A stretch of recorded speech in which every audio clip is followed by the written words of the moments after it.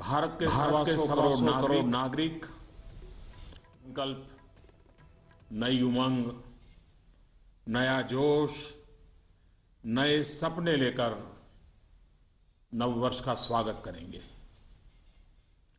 दिवाली के तुरंत बाद हमारा देश ऐतिहासिक शुद्धि यज्ञ का गवाह बना है। 125 करोड़ देशवासियों के धैर्य और संकल्प शक्ति से ये जो शुद्धि यज्ञ चला, आने वाले अनेक वर्षों तक यह देश की दिशा निर्धारित करने में अहम भूमिका निभाएगा। ईश्वर दत्त मानव स्वभाव अच्छाइयों से भरा रहता है, लेकिन समय के साथ आई विकृतियां, बुराइयों के जंजाल में वो घुटन महसूस करने लगता है। भीतर की अच्छाइयों के कारण विकृतियां और बुराइयों की घुटन से बाहर निकलने के लिए वो छटपटाता रहता है। हमारे राष्ट्र जीवन और समाज जीवन में भ्रष्टाचार, काला धन, जाली नोटों के जाल ने ईमानदार को भी घुटने टेकने के लिए मजबूर कर दिया था। उसका मन स्वीकार नहीं करता था, लेकिन उसे परिस्थितियों को सहना पड़ता था, मजबूरन स्वीकार करना पड़ता था। दिवाली के बाद की घटनाओं से यह सिद्ध हो चुका है कि करोड़ों देशवासी ऐसी घुटन से मुक्ति के अवसर की तलाश कर रहे थे। हमारे देशवासियों की अंतर ऊर्जा को हमने कई बार अनुभव किया है। चाहे सन 62 की लड़ाई हो, 65 की लड़ाई हो, 71 की लड़ाई हो, करगिल का युद्ध हो, भारत के कोटि कोटि नागरिकों की संगठित शक्तियों और अप्रतिम देशभक्ति के हमने दर्शन किए हैं। कभी ना कभी बुद्धिजीवी वर्ग इस बात की चर्चा जरूर करेगा कि बाह्य शक्तियों के सामने तो देशवासियों का संकल्प सहज बात है, लेकिन जब देश के कोटि कोटि नागरिक अपने ही भीतर घर कर गई बीमारियों के खिलाफ, बुराइयों के खिलाफ, विकृतियों के खिलाफ लड़ाई लड़ने के लिए मैदान में उतरते हैं, तो वो घटना हर किसी को नए सिरे से सोचने के लिए प्रेरित करती है। दिवाली के बाद लगातार देशवासी दृढ़ संकल्प के साथ, अप्रतिम धैर्य के साथ, त्याग की पराकाष्ठा करते हुए, कष्ट झेलते हुए बुराइयों को पराजित करने के लिए लड़ाई लड़ रहे हैं। जब हम कहते हैं कि कुछ बात है कि हस्ती मिटती नहीं हमारी, कुछ बात है कि हस्ती मिटती नहीं हमारी, इस बात को देशवासियों ने जी करके दिखाया है। कभी लगता था सामाजिक जीवन की बुराइयां, विकृतियां जाने अनजाने में, इच्छा अनिच्छा से हमारी जिंदगी का हिस्सा बन गए हैं। लेकिन 8 नवंबर के बाद की घटनाएं हमें पुनर्विचार करने के लिए मजबूर करती हैं। 125 करोड़ देशवासियों ने तकलीफें झेलकर, कष्ट उठाकर ये सिद्ध कर दिया है कि हर हिंदुस्तानी के लिए सच्चाई और अच्छाई कितनी अहमियत रखती है।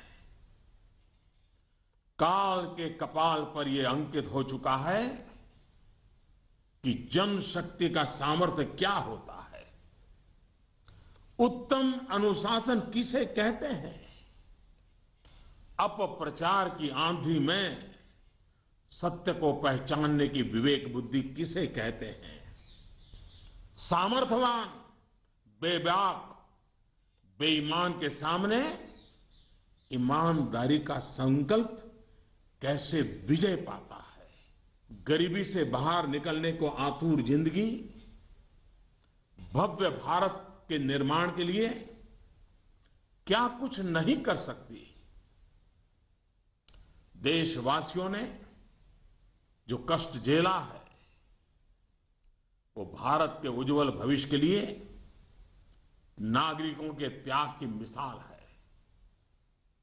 125 करोड़ देशवासियों ने संकल्पबद्ध होकर अपने पुरुषार्थ से, अपने परिश्रम से, अपने पसीने से उज्जवल भविष्य की आधारशिला रखी है।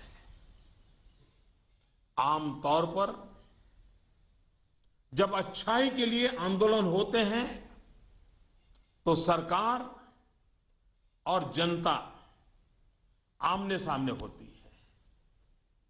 यह इतिहास की ऐसी मिसाल है जिसमें सच्चाई और अच्छाई के लिए सरकार और जनता दोनों मिलकर कंधे से कंधा मिलाकर लड़ाई लड़ रहे हैं। मेरे प्यारे देशवासियों, मैं जानता हूं कि बीते दिनों आपको अपना ही पैसा निकालने के लिए घंटों लाइन में लगना पड़ा, परेशानी उठानी पड़ी। इस दौरान मुझे सैकड़ों हजारों चिट्ठियां भी मिली हैं। हर किसी ने अपने विचार रखे हैं, संकल्प भी दोहराया है, साथ ही साथ अपना दर्द भी मुझसे साझा किया है। इन सब में एक बात मैंने हमेशा अनुभव की, आपने मुझे अपना मानकर के बातें कही हैं।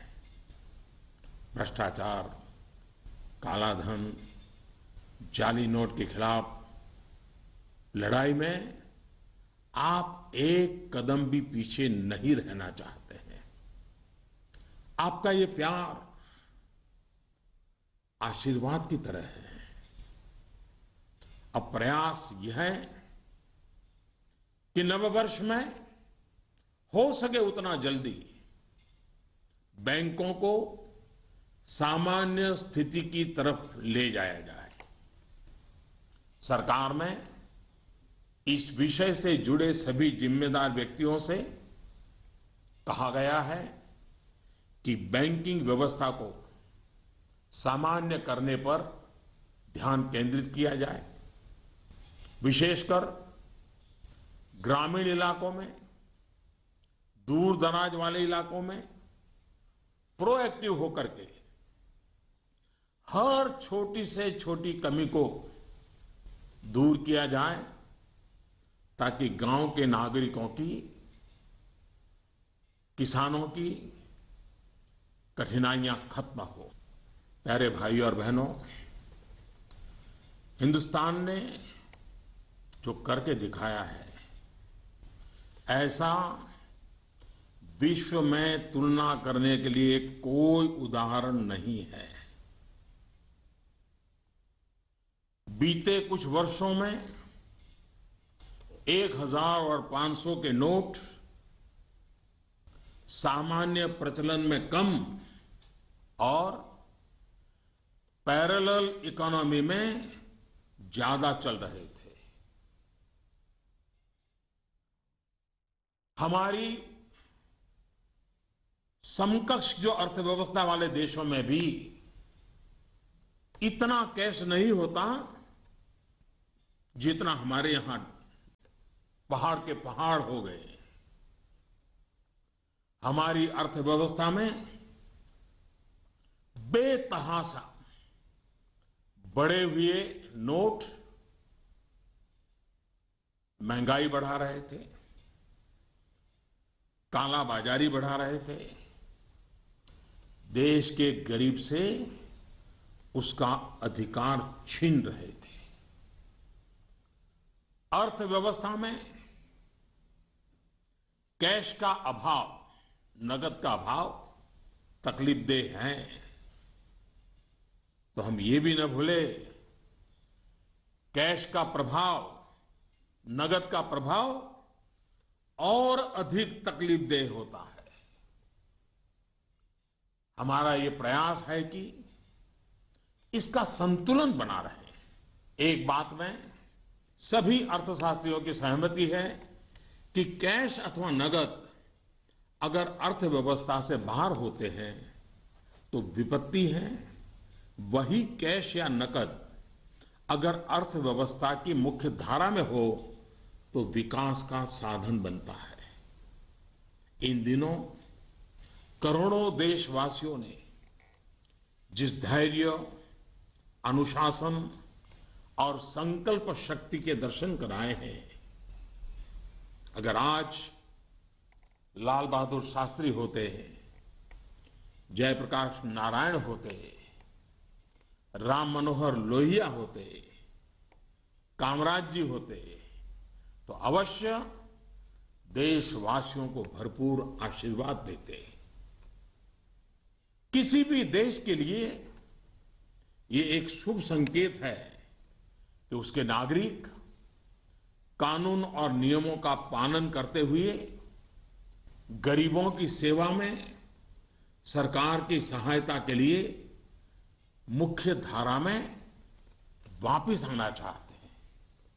इन दिनों इतने अच्छे अच्छे उदाहरण सामने आए हैं जिसका वर्णन करने में हफ्तों बीत जाए। नकद में कारोबार करने पर मजबूर अनेक नागरिकों ने कानून नियम का पालन करते हुए मुख्य धारा में आने की इच्छा प्रकट की है। यह अप्रत्याशित है और सरकार इसका स्वागत करती है। मेरे प्यारे देशवासियों, हम कब तक सच्चाइयों से मुंह मोड़ते रहेंगे? मैं आपके सामने एक जानकारी साझा करना चाहता हूं और इसे सुनने के बाद या तो आप हंस पड़ेंगे या फिर आपका गुस्सा फूट पड़ेगा। आपको जानकर के हैरानी होगी, सरकार के पास दर्ज की गई जानकारी के हिसाब से देश में सिर्फ और सिर्फ 24 लाख लोग ये स्वीकारते हैं कि उनकी आय 10 लाख रुपये सालाना से ज्यादा है। क्या किसी देशवासी के गले ये बात उतरेगी? आप भी अपने आसपास बड़ी बड़ी कोठियां, बड़ी बड़ी गाड़ियां देखते ही होंगे। देश के बड़े बड़े शहरों को ही देखें तो किसी एक शहर में आपको सालाना 10 लाख से अधिक आय वाले लाखों लोग मिल जाएंगे। क्या आपको नहीं लगता कि देश की भलाई के लिए ईमानदारी के आंदोलन को और अधिक ताकत देने की जरूरत है? भ्रष्टाचार, काले धन के खिलाफ इस लड़ाई की सफलता के कारण ये चर्चा बहुत स्वाभाविक है कि अब बेईमानों का क्या होगा, बेईमानों पर क्या बीतेगी, बेईमानों को क्या सजा होगी। भाइयों और बहनों, कानून कानून का काम करेगा, पूरी कठोरता से करेगा, लेकिन सरकार के लिए इस बात की भी प्राथमिकता है कि ईमानदारों को मदद कैसे मिले, ईमानदारों को सुरक्षा कैसे मिले, ईमानदारी की जिंदगी बिताने वालों की कठिनाई कैसे कम हो, ईमानदारी अधिक प्रतिष्ठित कैसे हो। ये सरकार सज्जनों की मित्र है और दुर्जनों को सज्जनता के रास्ते पर लौटाने के लिए उपयुक्त वातावरण को तैयार करने के पक्ष में है। वैसे ये भी एक कड़वा सत्य है कि लोगों को सरकार की व्यवस्थाओं, कुछ सरकारी अफसरों और लाल फीताशाही से जुड़े कटु अनुभव होते रहते हैं। इस कटु सत्य को नकारा नहीं जा सकता। इस बात से कौन इनकार कर सकता है कि नागरिकों से ज्यादा जिम्मेवारी अफसरों की है, सरकार में बैठे छोटे बड़े व्यक्ति की है। और इसलिए चाहे केंद्र सरकार हो, राज्य सरकार हो या फिर स्थानीय निकाय, सबका दायित्व है कि सामान्य से सामान्य व्यक्ति के अधिकार की रक्षा हो, ईमानदारों की मदद हो और बेईमान अलग थलग हो। दोस्तों, पूरी दुनिया में एक सर्वसामान्य तथ्य है कि आतंकवाद, नक्सलवाद, जाली नोटों का कारोबार, ड्रग के धंधे से जुड़े लोग, मानव तस्करी से जुड़े लोग, हथियारों के कारोबार में लगे लोग, ये सब लोग काले धन पर ही निर्भर रहते हैं। ये समाज और सरकारों के लिए नासूर बन गया है। इस एक निर्णय ने इन सब पर गहरी चोट पहुंचाई है। आज काफी संख्या में नौजवान हिंसा का रास्ता छोड़ मुख्य धारा में लौट रहे हैं। अगर हम जागरूक रहें तो अपने बच्चों को हिंसा और अत्याचार के उन रास्तों पर वापस लौटने से बचा पाएंगे। इस अभियान की सफलता इस बात में भी है कि अर्थव्यवस्था की मुख्य धारा से बाहर जो धन था वो बैंकों के माध्यम से अर्थव्यवस्था की मुख्य धारा में वापस आ गया है। पिछले कुछ दिनों की घटनाओं से ये सिद्ध हो चुका है कि चालाकी के रास्ते खोजने वाले बेईमान लोगों के लिए आगे के रास्ते बंद हो चुके हैं। टेक्नोलॉजी ने इसमें बहुत बड़ी सेवा की है। आदतन बेईमान लोगों को भी अब टेक्नोलॉजी की ताकत के कारण काले कारोबार से निकलकर कानून नियम का पालन करते हुए मुख्य धारा में आना ही होगा। साथियों, बैंक कर्मचारियों ने इस दौरान दिन रात एक किए हैं। हजारों महिला बैंक कर्मचारी भी देर रात तक रुककर इस अभियान में शामिल रही है। पोस्ट ऑफिस में काम करने वाले लोग, बैंक मित्र, सभी ने सराहनीय काम किया है। हां, आपके इस भगीरथ प्रयास के बीच कुछ बैंकों में कुछ लोगों के गंभीर अपराध भी सामने आए हैं। कहीं कहीं सरकारी कर्मचारियों ने भी गंभीर अपराध किए हैं और आदतन फायदा उठाने का निर्लज्ज प्रयास भी हुआ है। इन्हें बख्शा नहीं जाएगा। भाइयों बहनों, देश के बैंकिंग सिस्टम के लिए एक स्वर्णिम अवसर है। इस ऐतिहासिक अवसर पर मैं देश के सभी बैंकों से आग्रहपूर्वक एक बात कहना चाहता हूं। इतिहास गवाह है कि हिंदुस्तान की बैंकों के पास एक साथ इतनी बड़ी मात्रा में इतने कम समय में धन का भंडार पहले कभी नहीं आया था। बैंकों की स्वतंत्रता का आदर करते हुए मेरा आग्रह है कि बैंक अपनी परंपरागत प्राथमिकताओं से बाहर निकलकर अब देश के गरीब, निम्न मध्यम वर्ग और मध्यम वर्ग को केंद्र में रखकर अपने कार्य का आयोजन करें। आज पूरा हिंदुस्तान जब पंडित दीनदयाल उपाध्याय की जन्म शताब्दी वर्ष को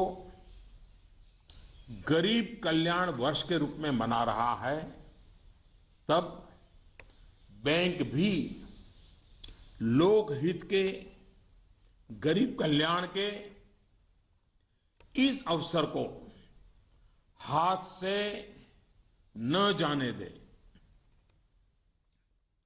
हो सके उतना जल्दी लोकहित में उचित निर्णय करें और उचित कदम उठाएं। जब निश्चित लक्ष्य के साथ नीति बनती है, योजनाएं बनती हैं, तो लाभार्थी का सशक्तिकरण तो होता ही है, साथ साथ इसके तात्कालिक और दूरगामी फल भी अवश्य मिलते हैं। पाई पाई पर बारीक नजर रहती है और इससे अच्छे परिणामों की संभावना भी पक्की होती है। गांव, गरीब, किसान, दलित, पीड़ित, शोषित, वंचित और हमारी महिलाएं जितनी सशक्त होगी, आर्थिक रूप से अपने पैरों पर खड़ी होगी, देश उतना ही मजबूत बनेगा और विकास भी उतना ही तेज होगा। सबका साथ, सबका विकास, इस ध्येय वाक्य को चरितार्थ करने के लिए नववर्ष की पूर्व संध्या पर देश के 125 करोड़ नागरिकों के लिए सरकार कुछ नई योजनाएं ला रही है। दोस्तों, स्वतंत्रता के इतने साल बाद भी देश में लाखों गरीबों के पास अपना घर नहीं है। जब अर्थव्यवस्था में काला धन बढ़ा तो मध्यम वर्ग की पहुंच से घर भी खरीदना दूर हो गया था। गरीब, निम्न मध्यम वर्ग और मध्यम वर्ग के लोग घर खरीद सकें, इसके लिए सरकार ने कुछ बड़े फैसले लिए हैं। अब प्रधानमंत्री आवास योजना के तहत शहरों में इस वर्ग को नए घर देने के लिए 2 नई स्कीमें बनाई गई हैं। इसके तहत 2017 में घर बनाने के लिए 9 लाख रुपए तक के कर्ज पर ब्याज में 4% की छूट और 12 लाख रुपए तक के कर्ज पर ब्याज में 3% की छूट दी जाएगी। सरकार ने प्रधानमंत्री आवास योजना के तहत गांवों में बनने वाले घरों की संख्या को बढ़ा दिया है। यानी जितने घर पहले बनने वाले थे उससे 33% ज्यादा घर बनाए जाएंगे। गांवों के निम्न मध्यम वर्ग और मध्यम वर्ग के लोगों की जरूरतों को ध्यान में रखते हम एक नई योजना शुरू करने जा रहे हैं। 2017 में गांव में रहने वाले जो लोग अपने घर का निर्माण करना चाहते हैं या पुराने घर में कोई विस्तार करना चाहते हैं, एक दो कमरे और बनाना चाहते हैं, ऊपर एक आध नई मंजिल बनाना चाहते हैं, उन्हें 2 लाख रुपए तक के ऋण में 3% ब्याज की छूट दी जाएगी। दोस्तों, बीते दिनों चारों तरफ ऐसा वातावरण बना दिया गया था कि देश की कृषि बर्बाद हो गई है। ऐसा वातावरण बनाने वालों को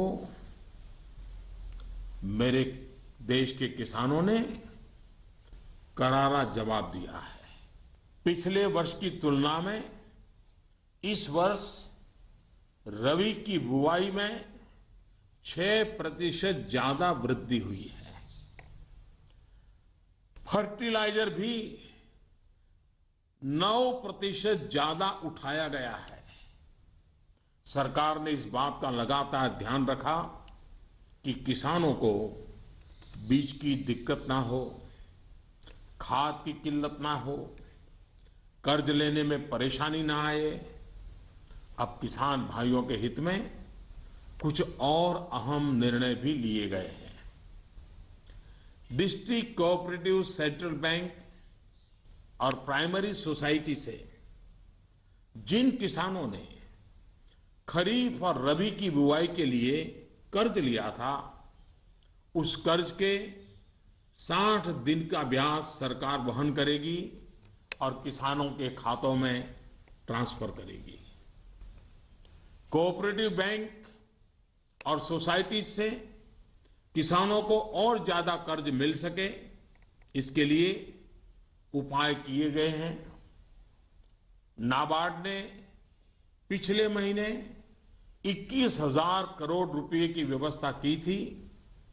अब सरकार इसे लगभग 2 गुना करते हुए इसमें 20,000 करोड़ रुपए और जोड़ रही है।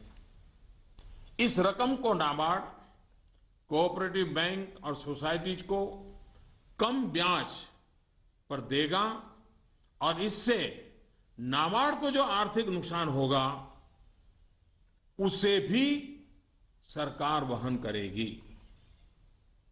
सरकार ने यह भी तय किया है कि अगले 3 महीने में 3 करोड़ किसान क्रेडिट कार्डों को रुपे कार्ड में बदला जाएगा।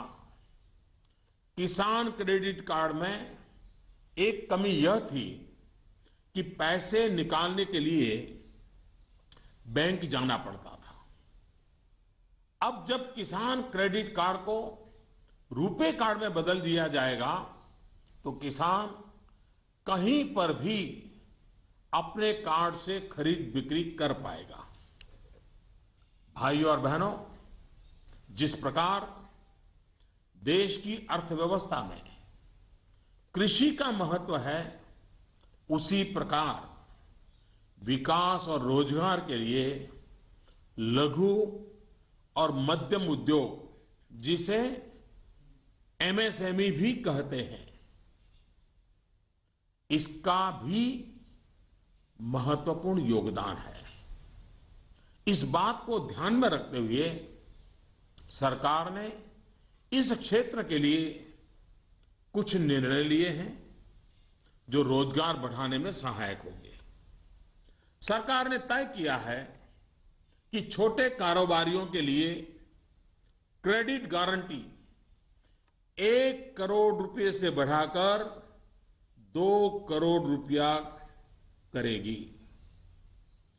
भारत सरकार एक ट्रस्ट के माध्यम से बैंकों को ये गारंटी देती है कि आप छोटे व्यापारियों को लोन दीजिए, गारंटी हम लेते हैं, अब तक यह नियम था कि 1 करोड़ रुपए तक के लोन को कवर किया जाता था। अब 2 करोड़ रुपए तक का लोन क्रेडिट गारंटी से कवर होगा। एनबीएफसी यानी कि नॉन बैंकिंग फाइनेंशियल कंपनी से दिया गया लोन भी इसमें कवर होगा। सरकार के इस फैसले से छोटे दुकानदार, छोटे उद्योगों को ज्यादा कर्ज मिलेगा। गारंटी का खर्च केंद्र सरकार द्वारा वहन करने के कारण इन पर ब्याज दर भी कम होगी। सरकार ने बैंकों को यह भी कहा है कि छोटे उद्योगों के लिए कैश क्रेडिट लिमिट को 20% से बढ़ाकर 25% करें। इसके अलावा डिजिटल माध्यम से हुए ट्रांजैक्शन पर वर्किंग कैपिटल लोन 20% से बढ़ाकर 30% तक करने को कहा गया है। नवंबर में इस सेक्टर से जुड़े बहुत से लोगों ने कैश डिपॉजिट किया है। बैंकों को कहा गया है कि वर्किंग कैपिटल तय करते वक्त इस बात का भी संज्ञान लिया जाए। कुछ दिन पहले ही सरकार ने छोटे कारोबारियों को टैक्स में बहुत बड़ी राहत देने का भी निश्चय किया था। जो कारोबारी साल में 2 करोड़ रुपए तक का व्यापार करते हैं, उनके टैक्स की गणना 8% आय को मानकर की जाती थी। अब ऐसे व्यापारी के डिजिटल लेन देन पर टैक्स की गणना 6% आय मानकर के की जाएगी। इस तरह उनका टैक्स काफी कम हो जाएगा। दोस्तों, मुद्रा योजना की सफलता निश्चित तौर पर बहुत ही उत्साहवर्धक रही है। पिछले साल करीब करीब 3.5 करोड़ लोगों ने इसका फायदा उठाया है। दलित, आदिवासी, पिछड़ों एवं महिलाओं को प्राथमिकता देते हुए सरकार का इसे अब डबल करने का इरादा है। मैं माताओं बहनों से भी एक बात करना चाहता हूं। गर्भवती महिलाओं के लिए भी एक देशव्यापी योजना की शुरुआत की जा रही है। अब देश के सभी 650 से ज्यादा जिलों में सरकार गर्भवती महिलाओं को अस्पताल में पंजीकरण और डिलीवरी, टीकाकरण और पौष्टिक आहार के लिए 6,000 रुपये की आर्थिक मदद करेगी। ये राशि गर्भवती महिलाओं के अकाउंट में ट्रांसफर की जाएगी, सीधी उनके खाते में जमा कर दी जाएगी। देश में माता मृत्यु दर को कम करने में इस योजना से बड़ी सहायता मिलेगी।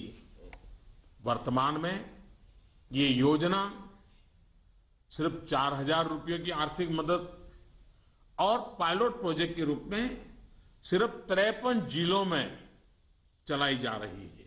भारत में सीनियर सिटीजन्स,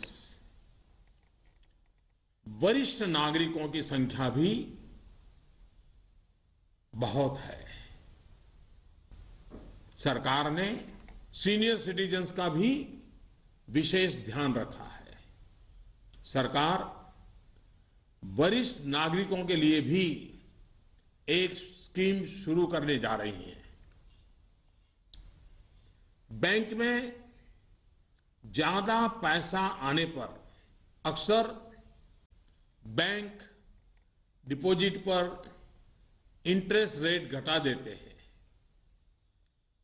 वरिष्ठ नागरिकों पर इसका प्रभाव ना हो इसलिए 7.5 लाख रुपए तक की राशि पर 10 साल तक के लिए सालाना 8% का इंटरेस्ट रेट ब्याज दर सुरक्षित किया जाएगा। ब्याज की ये राशि वरिष्ठ नागरिक हर महीने प्राप्त कर सकते हैं। भ्रष्टाचार, कालाधन की जब भी चर्चा होती है तो राजनेता, राजनीतिक दल, चुनाव का खर्च, ये सारी बातें चर्चा के केंद्र में रहती है। अब वक्त आ चुका है कि सभी राजनेता और सभी राजनीतिक दल देश के ईमानदार नागरिकों की भावनाओं का आदर करें, जनता के आक्रोश को समझें। ये बात सही है कि राजनीतिक दलों ने समय समय पर व्यवस्था में सुधार के लिए सार्थक प्रयास भी किए हैं। सभी दलों ने मिलकर के स्वेच्छा से अपने ऊपर बंधनों को स्वीकार किया है। आज आवश्यकता है कि सभी राजनेता और सभी राजनीतिक दल होलियर देन दाऊ इससे अलग हट करके, मिल बैठ करके पारदर्शिता को प्राथमिकता देते हुए भ्रष्टाचार और काले धन से राजनीतिक दलों को मुक्त कराने की दिशा में सही कदम उठाएं। हमारे देश में सामान्य नागरिक से लेकर के राष्ट्रपति जी तक सभी ने लोकसभा, विधानसभा का चुनाव साथ साथ कराए जाने के बारे में कभी न कभी कहा है। आए दिन चल रहे चुनावी चक्र, उससे उत्पन्न आर्थिक बोझ तथा प्रशासन व्यवस्था पर बने बोझ से मुक्ति पाने की बात का समर्थन किया है। अब समय आ गया है कि इस पर बहस हो, सार्थक बहस हो और रास्ता खोजा जाए। हमारे देश में हर सकारात्मक परिवर्तन के लिए हमेशा स्थान रहा है। अब डिजिटल लेन देन, ऑनलाइन पेमेंट या ई पेमेंट को लेकर के समाज में काफी सकारात्मक परिवर्तन देखा जा रहा है। ज्यादा से ज्यादा लोग इससे जुड़ रहे हैं। कल ही सरकार ने बाबा साहेब भीमराव अंबेडकर के नाम पर डिजिटल ट्रांजैक्शन के लिए पूरी तरह एक स्वदेशी प्लेटफॉर्म भीम लॉन्च किया है। भीम यानी भारत इंटरफेस फॉर मनी। मैं देश के युवाओं से, व्यापारी वर्ग से, किसानों से आग्रह करता हूं कि भीम से ज्यादा जुड़े। साथियों, दिवाली के बाद जो घटनाक्रम रहा, निर्णय हुए, नीतियां बनी, इनका मूल्यांकन अर्थशास्त्री तो करेंगे ही, लेकिन अच्छा होगा कि देश के समाजशास्त्री, इतिहासविद भी इस पूरे घटनाक्रम, निर्णय और नीतियों का मूल्यांकन करें। एक राष्ट्र के रूप में भारत का गांव, गरीब, किसान, युवा, पढ़े लिखे, अनपढ़, पुरुष, महिला, सबने अप्रतिम धैर्य और लोक शक्ति का दर्शन कराया है। कुछ समय के बाद 2017 का नया वर्ष प्रारंभ होगा। आज से ठीक 100 साल पहले 1917 में महात्मा गांधी के नेतृत्व में चंपारण में पहली बार सत्याग्रह का आंदोलन आरंभ हुआ था। इन दिनों हमने देखा कि 100 वर्ष के बाद भी हमारे देश में सच्चाई और अच्छाई के प्रति सकारात्मक संस्कार का मूल्य है। आज महात्मा गांधी नहीं है, परंतु उनका यह मार्ग जो हमें सत्य का आग्रह करने के लिए प्रेरित करता है, वह सर्वाधिक उपयुक्त है। चंपारण सत्याग्रह की शताब्दी के अवसर पर हम फिर एक बार महात्मा गांधी का पुण्य स्मरण करते हुए सत्य के आग्रही बनेंगे तो सच्चाई और अच्छाई की पटरी पर आगे बढ़ने में कोई कठिनाई नहीं आएगी। भ्रष्टाचार और काले धन के खिलाफ इस लड़ाई को हमें रुकने नहीं देना है। सत्य का आग्रह संपूर्ण सफलता की गारंटी है। 125 करोड़ का देश हो, 65% जनसंख्या